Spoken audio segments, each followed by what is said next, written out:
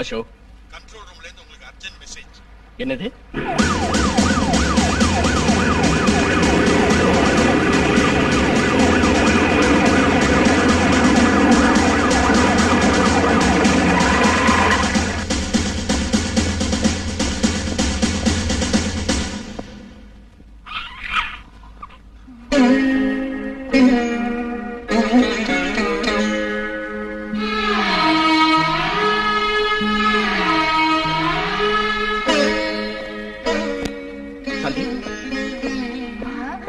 என்ன இதெல்லாம்? வராதீங்க, ஐயோ வராதீங்க.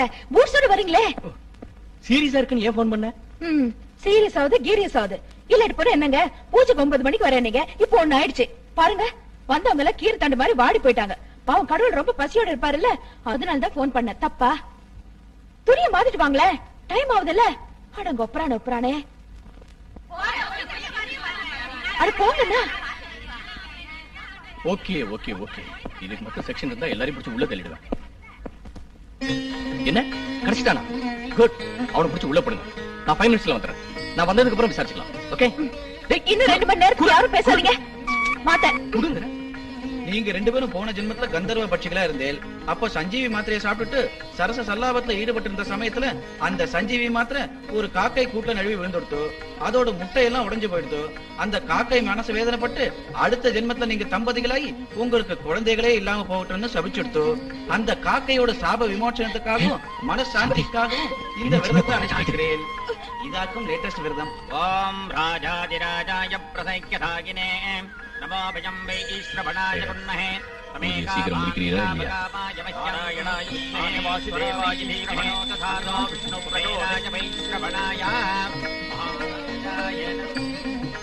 அம்மா அம்மா, மருமக பூஜை புனஸ்காரம் எல்லாம் ஆரம்பிச்சுட்டாளே.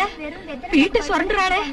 வந்து 2 நாள் கூட ஆகல, அதுக்குள்ள விருந்தாளிகளா? ப்ளவுஸ் பீஸ் கூட கூடாது. சாரங்க கூட கொடுப்போம், வீட்டை கூட எழுதி கொடுப்போம். ஓசியில வந்தா அண்டாவை கூட முந்தானியில முடிச்சுக்குவீங்க. டேய் தம்பி, நீ வாடா. இருக்க அவசரப்படாத. பருப்பு கரண்டியை காணல. ரயில்ல போது நீ தானே எடுத்த. அது சாதாரண கரண்டி இல்ல. நம்ம உப்பாட்டம் காலத்துல இருந்து பருப்புல போட்டு கடைஞ்சு தேஞ்சு போன கரண்டி. யோ, துட்டு குடியா? இந்த ஜிப்பா நல்லா தான் இருக்குது. ஏய், நரிக்கு நாட்டாம கொடுத்தா கிடைக்க 2 ஆடு கேக்குமா? சிப்பா நல்லா சொல்லி சில்லறை கொடுக்காம போறிய குடு. இந்தாயா. அப்போ தொண்டு நல்லா இருக்கு. 9. என்னம்மா ஒரு வாரத்துக்கு அப்புறம் வரதா சொன்ன? ஏண்டா, நான் வந்தது உனக்கு கஷ்டமா இருக்கா? புது ஊரு, புது வீடு, எப்படி இருக்குன்னு பார்க்க வேண்டிய பொறுப்பு எனக்கு இல்லையா? கொஞ்சம் முன்னால வந்திருந்தா பூஜையை பாத்துருக்கலாம் இல்ல? பூஜையில ஒண்ணும் குறைச்சல் இல்ல. கல்யாணம் நடந்து 3 வருஷம் ஆயும் வீங்காத வயிறுல கருத்தரிக்கிறதுக்கு இது என்ன தசரதன் யாகமா? அக்னி தேவன் வரம் கொடுத்து ஆசீர்வதிக்கிறதுக்கு. குடையில கருவா. அப்பா என்ன கதவு. எதுக்காக அப்படி லப லபன்னு அடிச்சுக்கிற? என்ன தத்து எடுத்துட்டு ஒரு அழகான பொண்ணை கட்டி வைக்கிறேன்னு வச்சுக்க. அப்பா எனக்கே வெக்கமா இருக்கு. ஒரு வருஷத்துக்குள்ள அடுக்கடுக்கா 1/2 டஜன் பிள்ளைங்களை நாய் மாதிரி பேக்க மாட்டேன். நீ இருடா. டேய், சொல்ல வேண்டியதை சொல்ல வேண்டியவங்கிட்ட சொல்றேன். நல்லா கேட்டுக்க. யார் என்ன நினைச்சாலும் சரி, என் வம்சம் எனக்கு முக்கியம். 1 வருஷம் பொறுத்துக்கிறேன். அதுக்கப்புறம் என் அண்ணன் பொண்ணு விஷயத்தை நீ தான் யோசிக்கணும். முந்தியே அவளை நீ கட்டிக்கிட்டு இருந்தா பொல பொலன்னு பிள்ளைங்களை பெற்றிருப்பா. அவளை கட்டிக்கிட்டேன்னு வச்சுக்க, ஊசிய நூலு மாதிரி சுண்ணாம்பு வெத்தலை மாதிரி இருப்பீங்க. பெக்காத வயிறு பொம்பளைக்கும் பசிக்காத வயிறு ஆம்பளைக்கும் இருக்க கூடாது. கடைசி காலம் வரைக்கும் இந்த மலடியே புடிச்சுக்கிட்டு தொங்க போறியா என்ன? டேய் உள்ள போ. எனக்கு எதுக்குப்பா? என் வேலையை நான் பாத்துக்கிறேன். அடுப்படி எங்க இருக்கு? இங்கயா? என்னம்மா அர்த்தம் இல்லாம பேசிட்டு இருக்க? அவ உனக்கு பொண்ணு மாதிரி தானே. பொண்டாட்டி முன்னால புருஷனை இன்னொரு கல்யாணம் பண்ணிக்க சொல்றியா? அவ என்ன வேதனை பண்றா பாத்தியா? பிள்ளைங்க பிறந்தாதான் புருஷன் பொண்டாட்டியா? பிள்ளைங்க இல்லாதவங்க குடும்பம் நடத்துறியா? இது எங்க 2 பேர் சம்பந்தப்பட்ட விஷயம். இத பத்தி பேசினேன்னா எனக்கு கோபம் வரும்.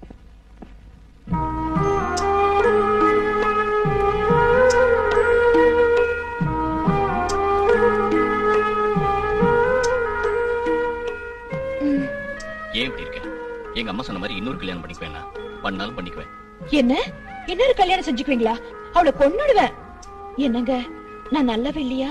எனக்கு புள்ள பொறக்கலன்னு இன்னொரு கல்யாணம் செஞ்சுக்குவீங்களா? செஞ்சுக்க மாட்டீங்கல்ல? அப்பா, பெருசா வேதனைப்படுறீங்களா என்ன?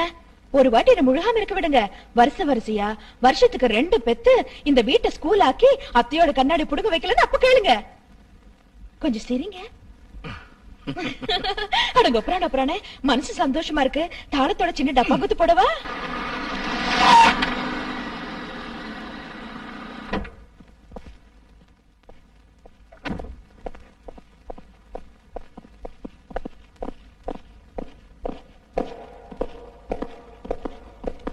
Good morning.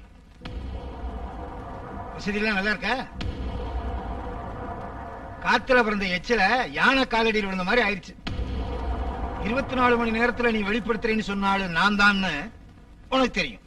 ஆனா 12 மணி நேரத்துல உன்னை போலீஸ் லாக்கப்ல வச்சிருவேன்னு உனக்கு தெரியாது. அதான் ஓ வீக் பாயிண்ட். போலீஸ் லாக்கப்ல இருந்து ஒரு நிமிஷத்துல நாங்க வெளிவந்துட முடியும். ஆனா எங்க பொலிட்டிக்கல் லாக்கப்ல இருந்து மட்டும் நீ தப்பிக்கவே முடியாது. அதனால கோர்ட்ல எல்லாத்தையும் ஒத்துக்க. லட்சி வாயிலிருந்து தீர்ப்பு வர்றதுக்கு முன்னால உன்னை வெளியே கொண்டு வந்துடுறேன். உன்னை அமைச்சராக்கிறேன். ஊருக்கு வெளியே ஒரு பங்களா ஒண்ணு ஏற்பாடு பண்ணி உன் அழகுக்கு நான் ஆயுள் ஏஜெண்டா இருந்து அனுபவிக்கிறேன்.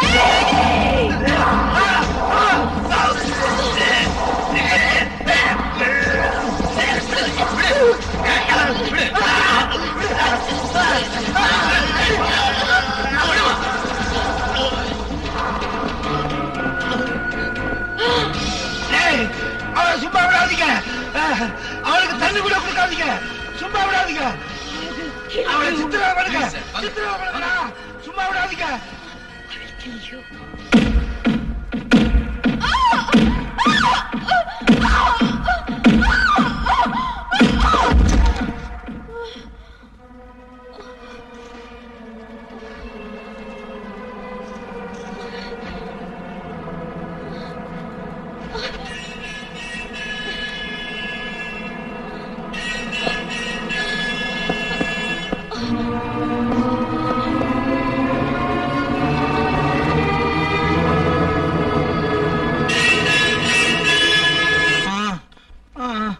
சும்மா இருங்க.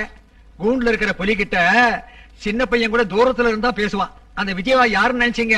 சிங்கத்து மேல ஏறின துர்க்க. அது கை கிட்ட கழுத்தை வச்சு அதை திட்டினா சும்மா இருக்குமா? ஆபீசர் சார், யாரோ சொன்னாங்க நம்ம தலைவரோட கழுத்துக்கு அழுட்டு போச்சுன்னு. வீட்டுல பிறந்த கொடியை கூட இறக்கிட்டோம். அவ விட்ட மூளை நீ தின்னிடுவ போல இருக்கா? அப்போ சீச்சி கன்றாவி, உங்க மூளை நான் எதுக்கு திங்கிறேன்? அதுக்கு வேற ஒருத்தர் வராங்க. யாரு? நந்தன் வர்மா உங்க தலைமையை செக் பண்றதுக்காக அனுப்பி இருக்கிற விசாரணை கமிஷன் குழு. ஆமா சார், உங்க தலைமையை பத்தி அப்போசிஷன் பார்ட்டி மீட்டிங் போட்டு தலைவர்கிட்ட கம்ப்ளைண்ட் பண்ணாங்க. அப்படியே அவர் அதை நம்பி இந்த குழுவை அனுப்பி இருக்கிறாரு. இவங்க கொடுக்கிற ரிப்போர்ட்டை பொறுத்து தான் உங்க தலைமை நிலைக்கும். நான் ஜேர்னலிஸ்ட் சந்திரன். இவங்க எல்லாரையும் வச்சுக்கிட்டு விசாரணை செஞ்சா தெரியாது உங்களுக்கு. இவங்க பஞ்சநாதத்தோட அடிமைங்க. Please keep quiet. அவர் போடுற எலும்பு துண்டுக்காக காத்துட்டு இருக்கவங்க இவங்க எல்லாம். இவங்களாம் அவரை பத்தி எப்படி சொல்லுவாங்க? உங்களுக்கு என்ன விவரம் தேவைன்னு என்ன கேளுங்க, நான் சொல்றேன். देखो भाई, तुम जर्नलिस्ट है. वो மேலே எங்களுக்கு நம்பிக்கை இருக்குது. நீ சொல்றபடி எல்லாம் செஞ்சா அது தீவிரவாதம் ஆயிடும். எங்க விசாரணைப்படி எங்க நிபந்தனைப்படி எல்லாம் செய்தா அதுதான் ஜனநாயகமா இருக்கும். हमें क्या करना है हमें अच्छी तरह मालूम है. आप बाहर जाइए. உங்களோட முடிவை தான் இந்த நாடே இன்னைக்கு எதிர்பார்த்துட்டு இருக்கு. என்ன கத்துற நீ? நல்லா கத்துவேன். நீங்க யார கேட்கறதுக்கு? தலைவருங்கிற மரியாதை இல்லையா? உங்களாலதான் அந்த மரியாதையே போயிடுச்சு. ஏ மிஸ்டர், முதல்ல நீ வெளியே போ. போறேன். இந்த பத்திரிகைக்காரன் ஏதாவது வத்தி வச்சிருப்பா போல. குடிக்காதீங்க, அவங்க குடிச்சிருக்கதான் நினைப்பாங்க. நீ வாயா.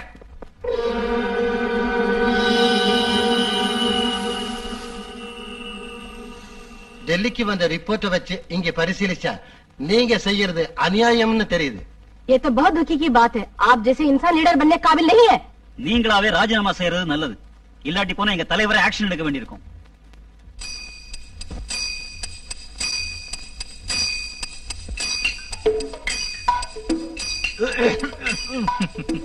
கல்கத்தாவில் இருக்க பசந்த் இன்டர்நேஷனல் ஹோட்டல உங்க பேருக்கு ரெஜிஸ்டர் பண்ணிருக்கேன். பத்திரத்தை பாத்துக்குங்க.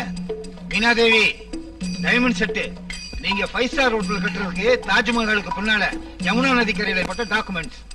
மோகன்லால்ஜி, சண்டிகார்ல இருக்க பல்பு ஃபேக்டரி நாளையில இருந்து உங்களுது. கவுண்டர் ஐயா, இது இல்லாம சேலத்துல இருக்கிற 60 ஏக்கரா மாந்தோப்பு உங்களுக்கு வரப்புற மாப்பிளைக்கு சீதனமா கொடுக்கறதுக்கு ரெடியா இருக்கு.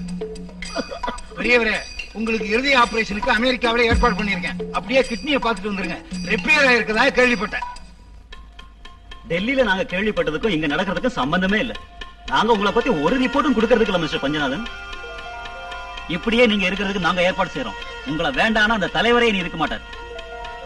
கடவுள் மாதிரி இருக்கிற உங்களை பத்தி ஏன் அப்படி சொல்றாங்க? நீங்க ஒண்ணு கவலைப்படாதீங்க. உங்க மேல நல்ல ரிப்போர்ட் தலைவருக்கு கொடுக்கலாம்னு நாங்க நினைச்சுட்டு இருக்கோம். आप जैसे नेक इंसान को पाकर हमारा जन्म धन्य हो गया. எனக்கு நீங்க செய்ய வேண்டியது என்னன்னா, வரப்போற தலைவருக்கும் எனக்கும் தகராறு இருக்கிறதா இங்க எல்லாரும் கசாமசான்னு பேசிக்கிறாங்க. அதனால அவரை இந்த ஸ்டேட்டுக்கு 2-3 நாள் டூர் வர்ற மாதிரி நீங்க செஞ்சிட்டீங்கன்னா இந்த பேச்செல்லாம் ஒரு வழியா அடிபட்டு போயிரும். ஓகே.